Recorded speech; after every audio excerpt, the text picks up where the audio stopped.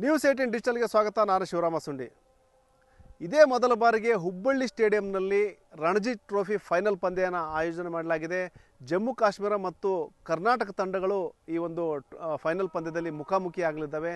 ಈ ಒಂದು ಫೈನಲ್ ಪಂದ್ಯಕ್ಕೆ ಎಲ್ಲ ರೀತಿಯ ಒಂದು ಸಿದ್ಧತೆಗಳನ್ನ ಮಾಡಿಕೊಳ್ಳಲಾಗಿದೆ. ಯಾವ ರೀತಿಯ ಸಿದ್ಧತೆ ಮಾಡಿಕೊಳ್ಳಲಾಗಿದೆ, ಏನೆಲ್ಲ ಮುನ್ನೆಚ್ಚರಿಕೆ ಕ್ರಮ ಕೈಗೊಳ್ಳಲಾಗಿದೆ ಅನ್ನೋದನ್ನು ನಾನು ಮುಂದೆ ಹೇಳ್ತಾ ಹೋಗ್ತೀನಿ. ಅದಕ್ಕೂ ಮುಂಚೆ ನ್ಯೂಸ್ 18 ಯೂಟ್ಯೂಬ್ ಚಾನಲ್ ಸಬ್ಸ್ಕ್ರೈಬ್ ಮಾಡಿಲ್ಲ ಅಂದರೆ ಕೂಡಲೇ ಸಬ್ಸ್ಕ್ರೈಬ್ ಮಾಡಿ, ಮತ್ತು ಏನು ಫೇಸ್ಬುಕ್ ಪೇಜ್ ಇರ್ಬೋದು, ಇನ್ಸ್ಟಾಗ್ರಾಮ್ ಪೇಜ್ನ ಫಾಲೋ ಮಾಡೋಂತೇಳಿ ನಾನು ರಿಕ್ವೆಸ್ಟ್ ಮಾಡ್ತಾ ಇದ್ದೀನಿ. ಏನು ರಣಜಿ ಅಂತ ಹೇಳ್ತಾ ಇದ್ದೆ, ಇನ್ನು ಹುಬ್ಬಳ್ಳಿ ಒಂದು ರಾಜನಗರದಲ್ಲಿರುವಂತಹ ಕರ್ನಾಟಕ ಸ್ಟೇಟ್ ಕ್ರಿಕೆಟ್ ಅಸೋಸಿಯೇಷನ್ ಏನು ಸ್ಟೇಡಿಯಂ ಇದೆ, ಅಲ್ಲಿ ಒಂದು ಫೈನಲ್ ಪಂದ್ಯನ ಆಯೋಜನೆ ಮಾಡಲಾಗಿದೆ. ಇತ್ತೀಚೆಗಷ್ಟೇ ಏನು KSCA ಅಧ್ಯಕ್ಷರಾದಂತಹ ವೆಂಕಟೇಶ್ ಪ್ರಸಾದ್ ಅವರು ಈ ಒಂದು ಸ್ಟೇಡಿಯಂಗೆ ಭೇಟಿ ಕೊಟ್ಟಿದ್ದರು. ಮತ್ತು ಇದೇನು ಇಲ್ಲಿ ಏನು ಸೊರಗ್ತಾ ಇತ್ತು ಅಂದರೆ ಅಭಿವೃದ್ಧಿ ಒಂದು ದೃಷ್ಟಿಯಿಂದ ಒಂದು ಹಿನ್ನಡೆ ಅನುಭವಿಸ್ತಾ ಇತ್ತು, ಇದಕ್ಕೆ ಒಂದು ಕಾಯಕಲ್ಪ ಕೊಡೋ ನಿಟ್ಟಿನಲ್ಲಿ ಮುಂದೆ ಕ್ರಮ ಕೈಗೊಳ್ತೀನಿ ಅನ್ನೋ ಒಂದು ಮಾತನ್ನು ವೆಂಕಟೇಶ್ ಪ್ರಸಾದ್ ಅವರು ಹೇಳಿದರು.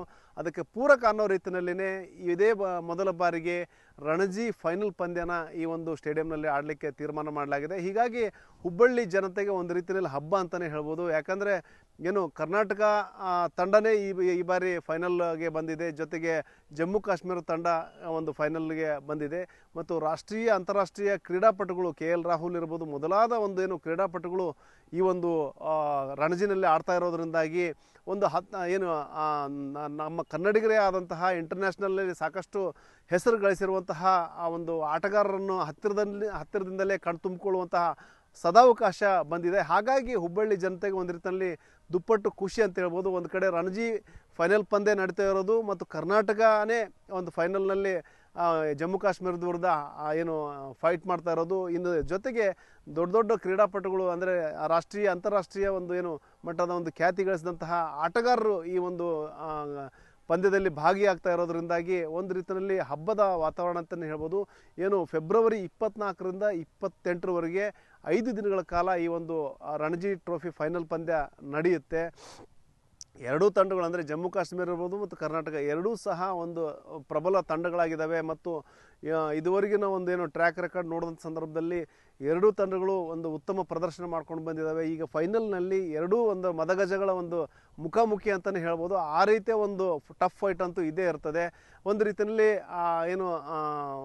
ಏನು ಕ್ರೀಡಾ ಒಂದು ಪಟುಗಳು ಕ್ರೀಡಾ ಆಸಕ್ತರಿಗೆ ಒಂದು ರೀತಿಯಲ್ಲಿ ರಸದೌಟ ಅಂತಲೇ ಆಗ್ಬೋದು. ಆ ರೀತಿಯ ಒಂದು ಪಂದ್ಯದ ಒಂದು ನಿರೀಕ್ಷಣೆ ಮಾಡಲಾಗ್ತಾ ಇದೆ. ಆ ಒಂದು ಪಂದ್ಯಕ್ಕಾಗಿಯೇ ಎಲ್ಲ ರೀತಿಯ ಒಂದು ಸಿದ್ಧತೆಗಳನ್ನ ಮಾಡಿಕೊಳ್ಳಲಾಗಿದೆ. ಏನು ರಾಜನಗರದಲ್ಲಿರುವಂತಹ ಸ್ಟೇಡಿಯಂನಲ್ಲಿ ಈಗಾಗಲೇ ಪಿಚ್ ಕ್ಯೂರೇಟಿಂಗ್ ಇಂದ ಹಿಡಿದು ಎಲ್ಲ ರೀತಿಯ ಒಂದು ಸಿದ್ಧತೆಗಳು ಮಾಡಿಕೊಳ್ಳಲಾಗ್ತಾ ಇದೆ. ಯಾಕಂದರೆ ನಿನ್ನೆ ಅಷ್ಟೇ ಈ ಒಂದು ನಿರ್ಧಾರ ಪ್ರಕಟ ಆಗಿದೆ. ಅಂದರೆ ಇಲ್ಲಿ ಒಂದು ಹುಬ್ಬಳ್ಳಿ ಕ್ರೀಡಾಂಗಣದಲ್ಲಿ ಒಂದು ಫೈನಲ್ ಪಂದ್ಯ ಮಾಡಲಿಕ್ಕೆ ತೀರ್ಮಾನ ಮಾಡಲಾಗಿದೆ. ಹಾಗಾಗಿ ನಿನ್ನೆ ಯಾವಾಗ ತೀರ್ಮಾನ ಪ್ರಕಟ ಆಯಿತು ಆವಾಗಿನಿಂದನೇ ಒಂದು ಸಿದ್ಧತೆಗಳನ್ನ ಆರಂಭ ಮಾಡಿಕೊಳ್ಳಲಾಗಿದೆ. ಇಲ್ಲಿ BCCI ಅಧಿಕಾರಿಗಳು ಬರ್ತಾರೆ, KSCA ಪದಾಧಿಕಾರಿಗಳು ಬರ್ತಾರೆ, ಜೊತೆಗೆ ಒಂದು ರಾಷ್ಟ್ರೀಯ ಅಂತಾರಾಷ್ಟ್ರೀಯ ಮಟ್ಟದ ಕ್ರೀಡಾಪಟುಗಳು ಬರ್ತಾರೆ, ಮತ್ತು ಲೈವ್ ಟೆಲಿಕಾಸ್ಟ್ ಇರೋದ್ರಿಂದಾಗಿ ಅದರದ್ದೇ ಒಂದು ಯೂನಿಟ್ ಬರ್ತದೆ. ಹಾಗಾಗಿ ಎಲ್ಲ ರೀತಿಯ ಅಂದರೆ ಒಂದು ಪ್ರೇಕ್ಷಕರಿಂದ ಹಿಡಿದು ಗ್ಯಾಲರಿಯಿಂದ ಹಿಡಿದು ಎಲ್ಲ ಒಂದು VVIPವರೆಗೂ ಯಾವ ರೀತಿಯ ಒಂದು ಸಿದ್ಧತೆಗಳು ಮಾಡ್ಕೊಳ್ಬೇಕು ಅನ್ನೋದರ ಒಂದು ಭರದ ಸಿದ್ಧತೆಗಳು ಮಾಡಿಕೊಳ್ಳಲಾಗಿದೆ. ಇದರ ಜೊತೆಗೆ ಅಂದರೆ ಒಂದು ಕಡೆ ಪಿಚ್ ಕ್ಯೂರೇಟಿಂಗು ಮಹತ್ವದ್ದು. ಅಲ್ಲಿ ಸಹ ಏನು ಬಾಂಬೆಯಿಂದ ಬಂದಂತಹ ಒಂದು ಟೀಮು ಇಲ್ಲಿ ಪಿಚ್ ಕ್ಯೂರೇಟಿಂಗ್ ಮಾಡುವಂಥ ಕೆಲಸಕ್ಕೆ ಮುಂದಾಗಿದೆ.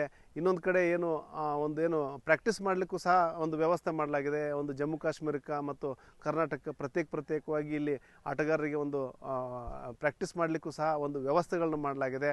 ಮತ್ತು ಈಗಾಗಲೇ ಏನು ಜಮ್ಮು ಕಾಶ್ಮೀರ ತಂಡ ಈಗ ಹುಬ್ಬಳ್ಳಿಗೆ ಆಗಮಿಸಿ ಖಾಸಗಿ ಹೋಟೆಲ್ನಲ್ಲಿ ರೆಸ್ಟ್ ಮಾಡ್ತಾ ಇದೆ. ನಾಳೆಯಿಂದ ಅವರು ಏನು ಪ್ರಾಕ್ಟೀಸ್ ಆರಂಭಗೊಳಿಸ್ತಾರೆ. ಕರ್ನಾಟಕ ತಂಡ ಫೆಬ್ರವರಿ 22ಕ್ಕೆ ಆಗಮಿಸಲಿದೆ.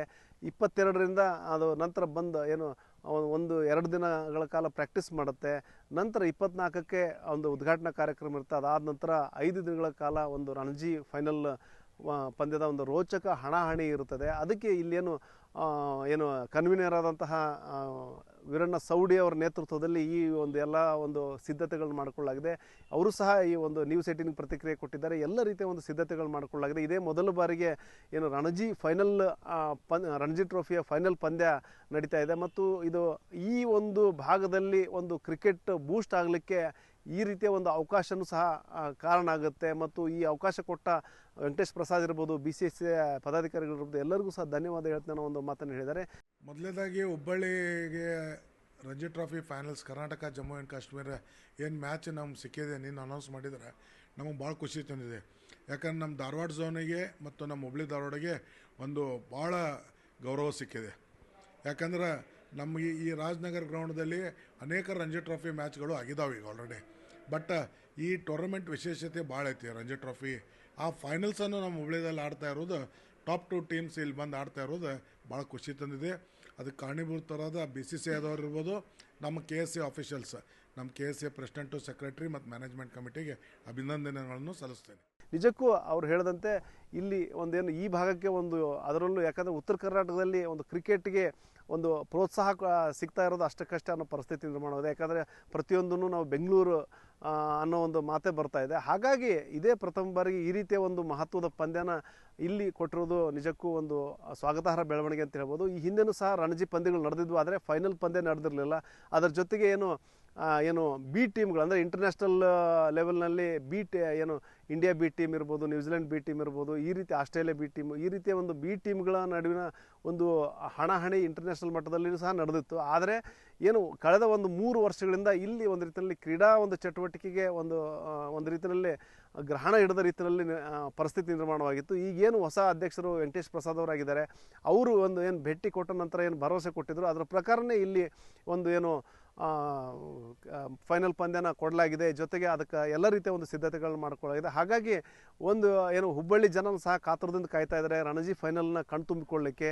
ಈಗಾಗಲೇ ಕ್ರೀಡಾಪಟುಗಳು ಸಹ ಈಗ ಒಂದು ಟೀಮ್ ಬಂದಿದೆ, ಮತ್ತೊಂದು ಟೀಮ್ ಬರ್ತಾ ಇದೆ, ಅವರೆಲ್ಲರನ್ನ ನೋಡಲಿಕ್ಕೆ ಮತ್ತು ರೋಚಕ ಹಣಾಹಣಿನ ಕಣ್ತುಂಬಿಕೊಳ್ಳಲಿಕ್ಕೆ ಹುಬ್ಬಳ್ಳಿ ಜನತೆ ಇರ್ಬೋದು, ಉತ್ತರ ಕರ್ನಾಟಕದ ಜನತೆ ಕಾತುರದಿಂದ ಕಾಯ್ತಾ ಇದ್ದಾರೆ. ಶಿವರಾಮ ಸುಂಡಿ, ನ್ಯೂಸ್ 18 ಹುಬ್ಬಳ್ಳಿ. ನಿರ್ಭೀತ, ನಿಷ್ಪಕ್ಷಪಾತ, ವಿಶ್ವಾಸಾರ್ಹ ಸುದ್ದಿಗಳಿಗೆ ಮತ್ತೊಂದು ಹೆಸರಾಗಿರೋ ನ್ಯೂಸ್ 18 ಕನ್ನಡ ಈಗ ಆಪ್ನಲ್ಲೂ ಲಭ್ಯ ಇದೆ. ದಯವಿಟ್ಟು ಇಲ್ಲಿರೋ QR ಕೋಡ್ ಅನ್ನ ಸ್ಕ್ಯಾನ್ ಮಾಡಿಕೊಂಡು ಆಪ್ ಡೌನ್ಲೋಡ್ ಮಾಡೋದಕ್ಕೆ ಮರಿಬೇಡಿ. ನಿಮ್ಮ ಬೆಂಬಲ ಹೀಗೆ ಸದಾ ನಮ್ಮೊಂದಿಗಿರಲಿ. ಧನ್ಯವಾದ.